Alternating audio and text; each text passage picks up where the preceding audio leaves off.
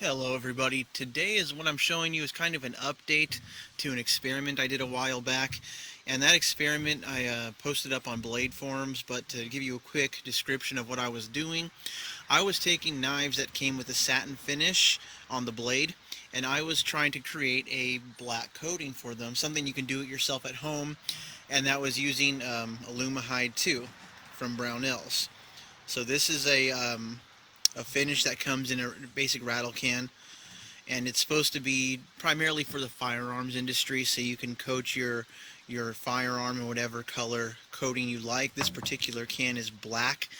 I also have a Parkerized gray can as well, but I wanted to see how it would work on folding knives and how durable it would prove to be. So this is kind of a quick update on that.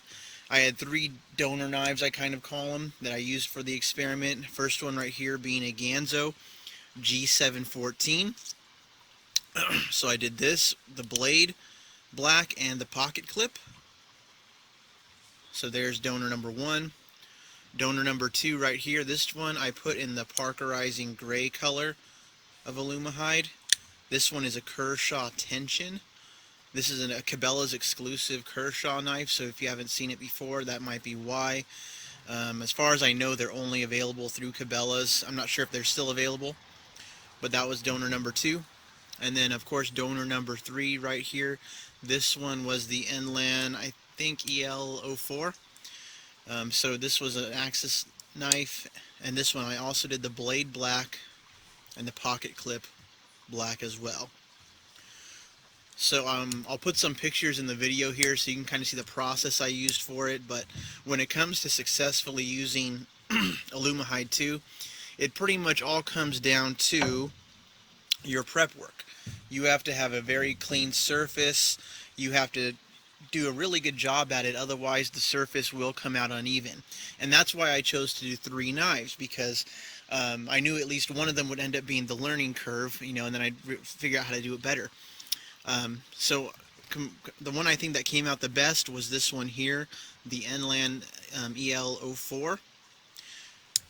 And the main reason for that being is just because the actual coating itself came out pretty smooth. This stuff sprays on thick, and I think this one came out the best.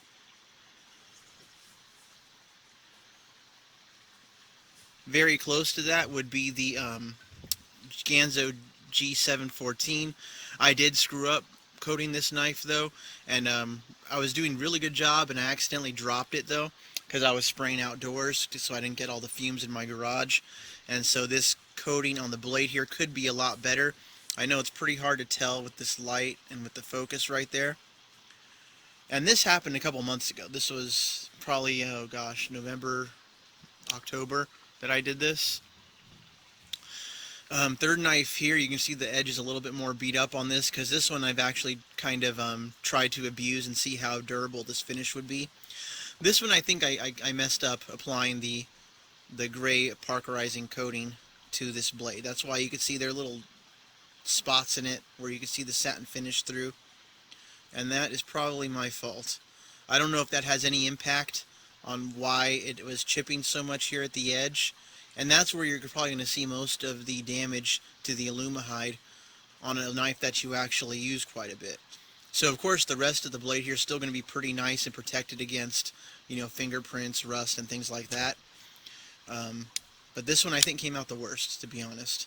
It looked really good until I decided to try and use it, and then once this part came away, it went downhill from there. So I haven't used the other knives very heavily. I have carried them, and you can see a little bit of wear and tear on each piece.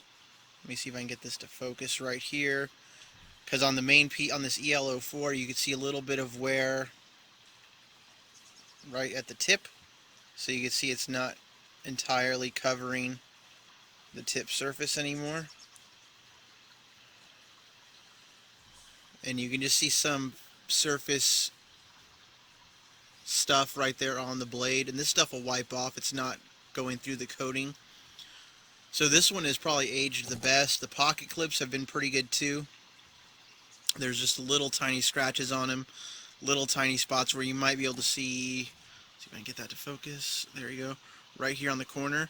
You can see a little bit of that silver satin finish coming out. The rest of it's pretty nice. Right here on the tip, a little bit of surface damage as well, because that's where it keeps contacting the pocket and so on. The rest of it, very much matte black finish. Same thing on the Ganzo. Pocket clip is kind of aged the same way.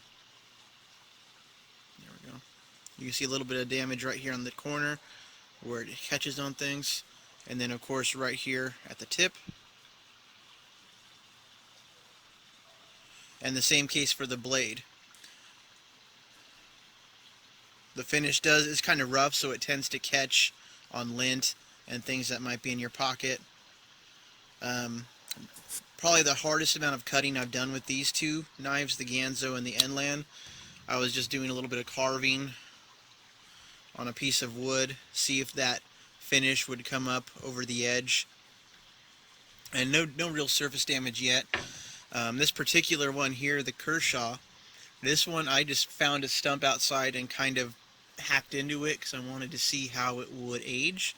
So we're going to look at that again. And I'm going to try and do that with maybe one of these two and see if that will damage the finish, because that's my whole goal here, to see what looks good and what doesn't, what works to damage his finish, and if it's just durable enough to survive.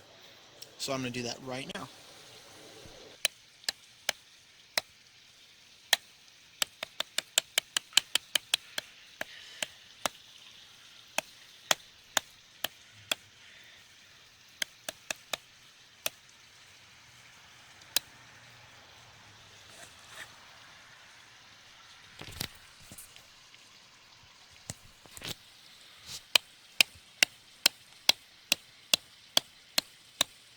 Okay, so right now I did a very short basic cutting demonstration with the Ganzo here.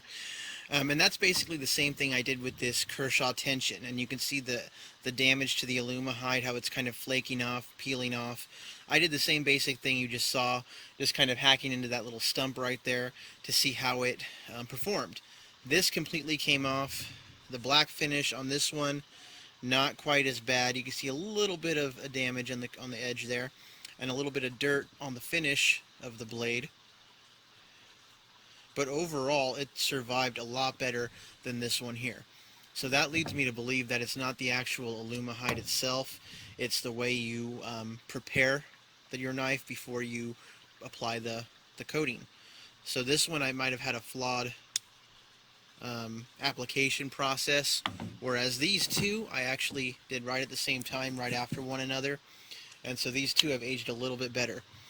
And so overall, whether I recommend the Aluma-Hyde or not, it's really up to you. If you're willing to put in the time to properly prepare your surfaces of your knife, to properly disassemble it, to heat the parts before you apply the coating, it's really on you. Brownells does a few informational videos on how to properly apply this stuff to firearms, and it pretty much applies just the same to a knife. If you look at my post on Blade Forums, I'll link to it probably in this video here, you'll see what I did to apply the Aluma-Hyde to these two knives. This one here I did at a later date, so it was actually kind of an afterthought, because I wanted to see how it looked apparently between the flat black finish and the parkerized gray finish on this one. So these two I guess I did a little bit better job on. This one not quite as much because it's not wearing as well. But whether I recommend it or not, I would probably not do this again. It was kind of a pain in the butt to apply these coatings.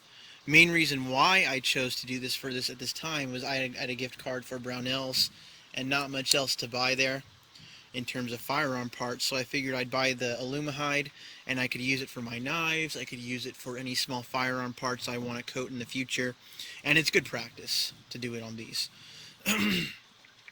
So all in all, it was the Aluma-Hyde does hold up pretty well.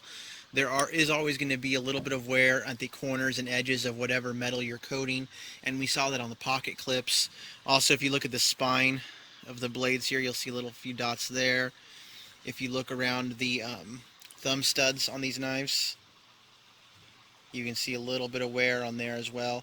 Basically the parts that are going to rub with a lot of surfaces. Overall, though, the blade itself being protected in the handle is going to look pretty good as time goes by. It might get a little dirty, but that should wash right off with water. So if you have any questions about using Aluma-Hyde, feel free to ask. It doesn't seem like many people have used it on knives before. I've seen a few custom knife makers use them on fixed blades. And when brand new, it's a really impressive looking finish, but you want to see how this stuff is going to wear in as time goes by, because if it's going to flake right off like it did on this knife, it's not worth it at all, because it's just going to look dirty, well used, you know, not the way you want it to when it's brand new. So go ahead and ask any questions if you have any regarding the Aluma-Hyde 2 and folding knives.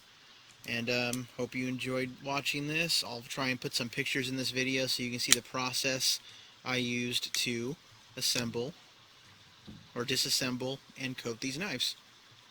Thank you.